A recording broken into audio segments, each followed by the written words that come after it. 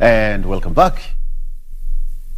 And of course, the program right now is Eye on Politics, and I'm joined with me here is Daniel Orogo, who is a political analyst and a commentator as well. And now crossing over to Hamisi Mboga to also chip in. Hamisi, good morning and good to see you. First of all, before we start, we cannot avoid to talk about Safari Rally. You watched these way back in the days, during during your days, and the whole of this weekend was just, brings back the memory. What did you carry from the weekend, Hamisi, before we continue with the program? Good morning, Victor, and everybody. I'm so happy to be able to see Safari Rally back. I have three memories. One, the East African Safari, and for us coming from the coast and Kwale, we could see the cars coming to Kwale, to Tanzania, to Uganda, and then back to Nairobi.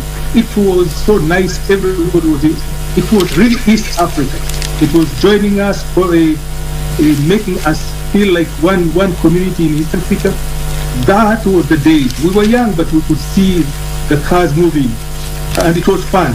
The second episode is the Kenya Safari Rally during Joginda Singh. I was also happy to be able to go to Kericho to visit Joginda Singh at his home. Those days we were knowing these people like anything else. And then lastly, I was in a Patrick Njiru the other day. Yes. So I have followed it. So when it came back, I was so excited. I watched many of the episodes. It is good.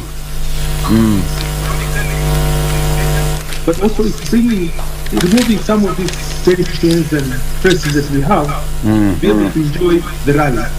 Absolutely. Look at I think Naivasha now, this morning, those who didn't have some money in their pockets, they have sold a lot of stuff. Yes. People are selling vegetables, potatoes, and also other services. It's good. Absolutely. And the president said that it's going to continue for the next 5 years. So I think it's something good for the country as well, even as we put the country to the World Rally podium. Okay, we just to move in quickly, we are talking about Gideon Moi now is back to NASA, and to join, not NASA per se, but to join hands with Raila Odinga ahead of 2022. Now the question here is, what do you see as the main, as the biggest role that Gideon Moi is going to play once they join hands with Honorable Raila Odinga? One of the things that I see politically is forming these bigger groups. Somebody has said we may end up having 2 elections instead of 1. But if you have, and we have been thinking about this, let's have 2 strong parties or 3 strong parties, and everybody share their views, so that we have really politics in terms of functions, in terms of objectives, in terms of what do we want to do for Kenya. But if you have 150 parties, even the parliament is not 150 in terms of members of parliament, to have two people from one party. So I think it's adding value in terms of numbers. If I can see if President Uhuru is going to support ODM or Raila group, he's coming with some votes. Elections is about votes. And if Kanu comes in, Kanu, by the way, I'm a life member of Kanu. They have not removed my certificate, I don't know, but I'm a member of Kanu, and you may wake up a lot of people. Kanu was sleeping, but he has roots everywhere. Even as we speak, they are a representative from every. So they are coming with some basket full of added votes. So this strength is something we must watch about. And if we have this side, ODM and NASA including Gideon and part of Uhuru's team, Jubilee, then it's a strong vote. The votes, everybody has a choice, but you see, even us who love football, I love the football team that wins, and I think in politics it's the same. So we are saying this is really interesting. All right. I'm there. All right. That's a good thing about Zoom. All right. But then, Hamisi, just to ask you, I asked Orogo about this question here. Now, Gideon Moi is coming at a time when the country, is likely to form more alliances. So, what is the secret card or the secret move that President Uhuru Kenyatta is trying to play here? Of course, you are a life member of KANU. You must be happy about this. I'm a life member of KANU, but also I vote for the other parties. Since KANU went down, we were watching from the benches. Yes. We can play an active role now if this one persists. What I'm seeing is if you look at political scenario, Gideon comes from Rift Valley. The deputy president comes from Rift Valley. Everybody has a chance. You may think that Gideon doesn't have votes in Rift Valley, but he may have some votes, and that will destabilize the number of votes that the deputy president would have had in the region. And I think that is the secretary.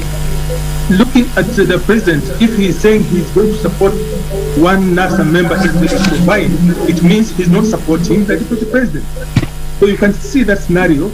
If you bring in Gideon, you're saying let's reduce the number from Rift Valley, and then maybe another formula to look at the other areas. If you Mheshimiwa Mudavadi, somehow he's coming with votes from Western.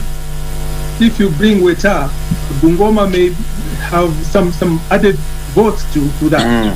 If you bring Mheshimiwa Soka Kalonzo, former vice president, he has a chance. And I can see even Mamangilu is saying, you people join because I want to vote you, I want to support you. You could see this wave that finally we may have two strong, we call them horses, in the race. And the others may make this, do you want to join the bigger race, or you want to go like what other people call a donkey? Because if your numbers are less and the others are faster, then you have to make a decision. Do you want to win, or do you want just to appear in the election ballot? So I think there's a secret card finally, and somebody on the chair has a system. We don't know how the system is going to play in this scenario, and the system is everywhere, and you can mobilize people. So there's a big challenge between the UDA and the rest of the members. How the others in the middle will go will determine the result. Okay, all right. And it Hamisi, just hold on there and come back to Orogo here in studio. So the question is, we cannot wish Gideon Moi away right now. Sure. No, you can't. Okay, so in terms of strength, look at that lineup, and we have got Raila Odinga here and the rest of the NASA brigades, of which they still have got that point to talk and unite. What key role do you think Gideon Moi, or what kind of position do you think Gideon Moi is going to fit? Well, I think one, you can Gideon Moi, that like I said, in a coalition of that nature, he is going to play a critical role of a kingmaker. Yes. I've had my colleagues mention really that, and this is what we reiterated before, that wishing Gideon Moi away by providing your analysis based on numbers, based on his political might, might not really only be that critical component that would, wish him away. He's capable of mobilizing political resources. Because KANU still have, if you look at nationally, the number of KANU, members, including Hamisi Mboga here, are still alive. Yeah. Yes. And I said that, in this country, there's some areas or some constituencies of voters who strongly believes in the delivery of KANU as a political party. Yes. They still have a very strong conviction in themselves that KANU will rule for a number of days. And like his foundation, in the Nyayo era, is still provides, relevance in the political space. And therefore, anybody who would form an alliance minus KANU is probably missing a very critical component of, our political, mind. So I think that is important. That is one part of it.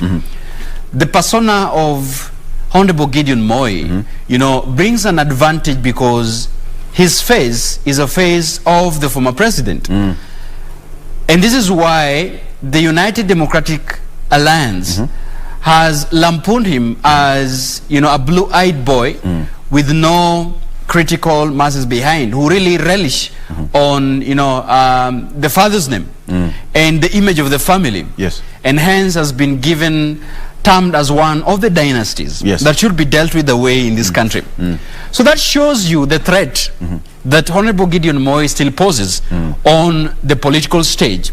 And when you want to upstage his nature is to bring a perception that is part of the problem that we are facing in this country. And therefore, all this should be dealt away with. That is one component. But the advantage it provides, and I agree with Hamisi, that, this is critical for the delivery of a winning coalition. You must onboard everybody. You can't go it alone. You can't go it alone. And there is no political party that will win. One chance is just going to an election and delivering it. And each and every political party is providing and trying to avoid a runoff as possible. And trying to get that 1+1%. But Victor, here now is the catch. As we redefined our political, space, in line with the political, angle of the Vision 2030, that we would want a politics that is issue-based, that is devoid of ethnicity.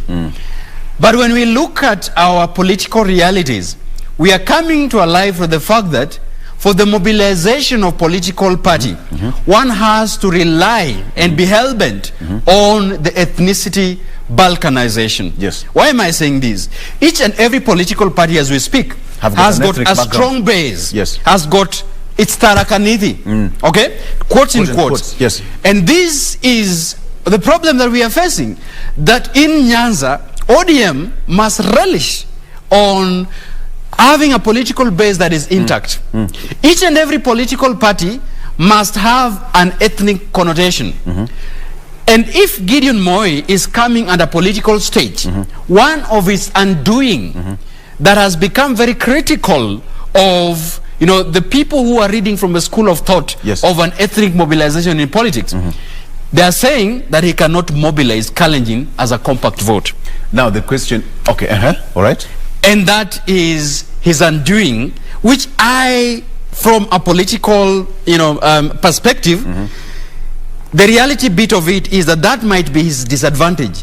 But for the pure people who are thinking from a fresh political thought, is that Gideon Moi is reaching out not only to his Kalenjin, ethnicity, but Kenya at large. And this is the advantage that comes with him. Let me ask Hamisi this question. Hamisi, so One Kenya Alliance, Gideon Moi is out. So what next for the remaining principals? And what next for One Kenya Alliance? They have to think very fast because the time is running out. Yes. By August, we will have very few months to the election. And then if there's any coalition, if any cooperation, any engagement, it's now. The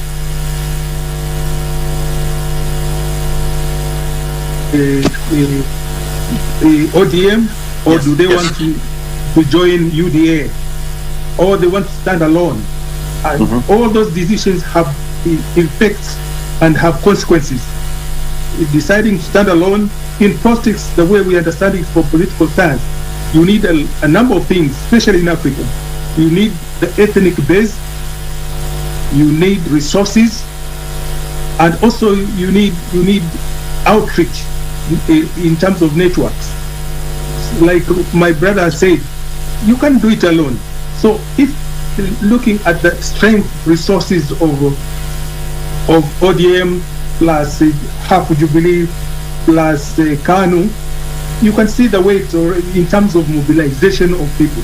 And in Kenya, it's about mobilization. The other side, maybe Deputy President may get other forces to assist UDA to have the financial muscle resources. If he does that, then we have really a good game. But my view, my perception, I may be wrong. If now one Kenya Alliance is left with Mheshimiwa Kalonzo and Mheshimiwa Mudavadi and Mheshimiwa Weta, they have to rethink very, very fast. And then there's another catch. Another catch is who's going to lead those teams. We know in UDA, I can see the deputy president being a candidate. I can see in this new President Uhuru is not standing. I don't think whether Gideon will be given the pass. So Baba is already there. In this team, this third force, who is going to be there? Kalonzo, Mheshimiwa Kalonzo tried. Mheshimiwa Mudavadi tried. Mheshimiwa Weta wants. They make a decision now. Who is going to lead it? Because that the relationship and the perception of the people. So it's a big challenge, and I would rather be, somebody said, I would rather be a fool and join the team that wins, Yes. than a clever one, and then I don't reach even the goal. I can see that scenario. Okay, so now the situation here right now is Gideon Moi is back to join hands with ODM leader Raila Odinga, and Orogo said that, you know, you cannot go it alone, and you also affirmed that. And moving forward, how it's going to play out, and you know, Honorable Kalonzo Musyoka, Musalia Mudavadi, and Wetangula, how they're also going to, you know, they circumnavigate the whole of this, you know, this circus of politics is going to be interesting. But gentlemen, because time is running, there is this issue of no term limit, no extension of tenure, and now ODM has also said, you know what, the president, once your term is over, go home. Let me start with you, Daniel. Is it that a political gimmick? Well, just to be seen that they have also raised their voice. I think it's a game of chess. One is President Kenyatta has repeatedly on both local platform, both national and international, yes, has reiterated that if my term ends, he will go home. He will go home. But that is a catch in it, because we don't know whether if his term ends as a president, what if BBI passes and grants him an opportunity to become a prime minister? You know, okay. That is a question that pundits have not really answered, because yes, he cannot run as a president, but BBI can pass and grant him a pass to be a prime minister of the Republic of Kenya. So I think that is something that we must really have a discussion about. Whether the passage of BBI grants an automatic, card for him to run for political position. I think that is important to put into perspective. And secondly, you know, we have a problem about term limits in Africa and East Africa as large. Yes. Term limits have been violated in so many fronts, in a sense that any governing leader can decide to mutilate a constitution and grant himself a safe pass in term limits. It has happened here in Uganda. It has happened in Rwanda. It's happening in our eyes in Sudan. So we are not an island.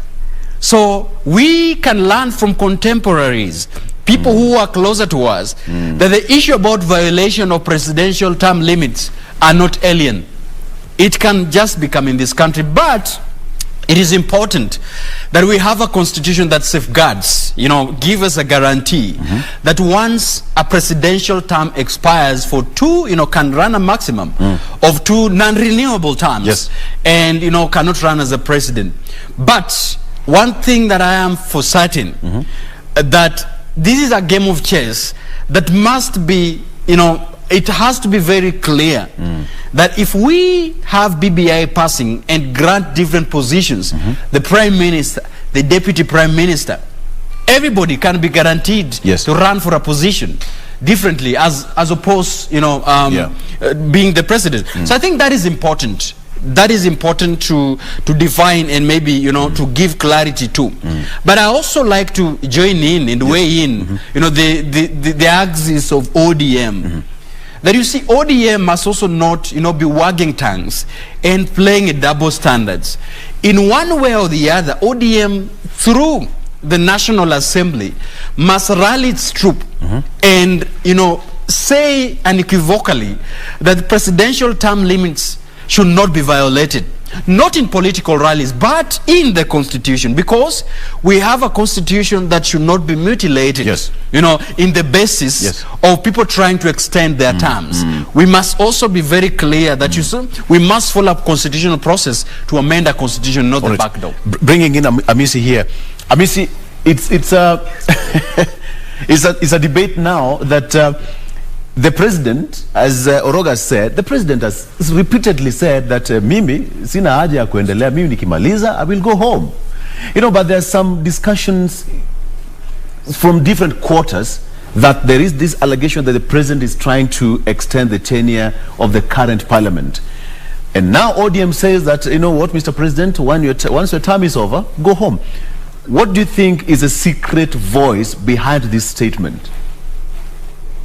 I like the kind of constitution that we have, because unless we break those big locks, you cannot extend your term.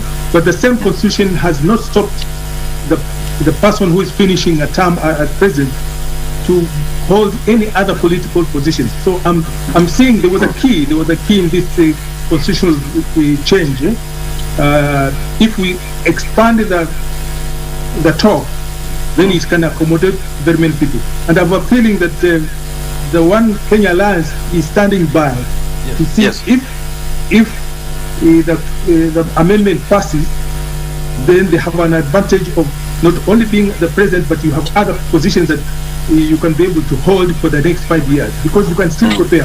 Mheshimiwa Mudavadi has a chance, Mheshimiwa Kalonzo has a chance, and also Mheshimiwa Weta has a chance in the other elections. But they need to hold on something tangible, if I use the word tangible, so that they can be able to keep alive. Two, Mheshimiwa Uhuru cannot be stopped from, if it passes, cannot be stopped from any other position. And he's young enough. We have seen in other jurisdictions, a president can come down and then stay and then come up. You look at places like Russia and other places. He can step down for the next 5 years, and then he can come back with the other team, and he still has a chance because of his age. This is politics, and we must speak it the way it is.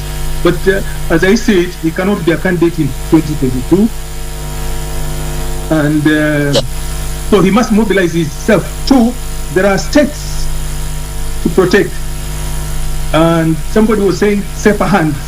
Who can hold those states until such a time that the transition is over?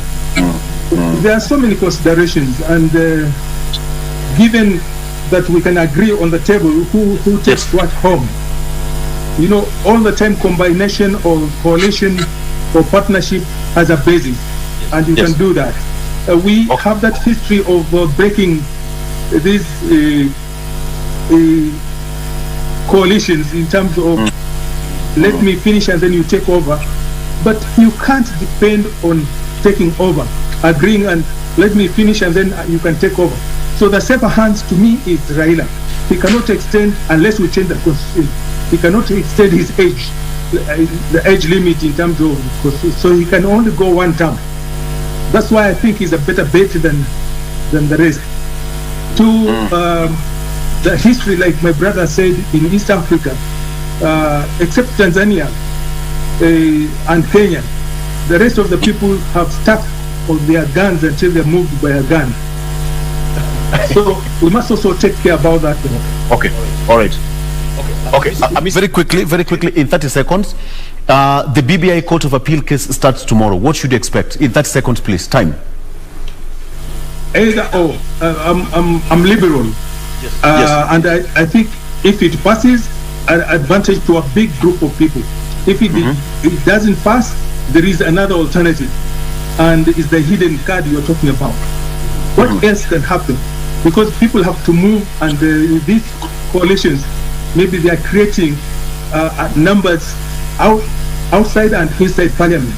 Yes. come and introduce the changes that they wanted because of the issues that have come. But that's why I'm saying either or, 2022 August we shall have elections, and we pray for the best runner to win. Absolutely. But I can see that. But if you have a team and you have really bought strong players from Germany, you are likely to win faster. Everybody can bet on you because you have strong teams. So we are looking at scenario after next Friday. Yes. Okay. Thank you, Hamisi. Thank you so much for your time. Orogo, also 30 seconds, please. The case starts tomorrow, and of course the judges will dispense of two cases before they go to the main case filed at the Court of Appeal. So what should you expect? Quickly.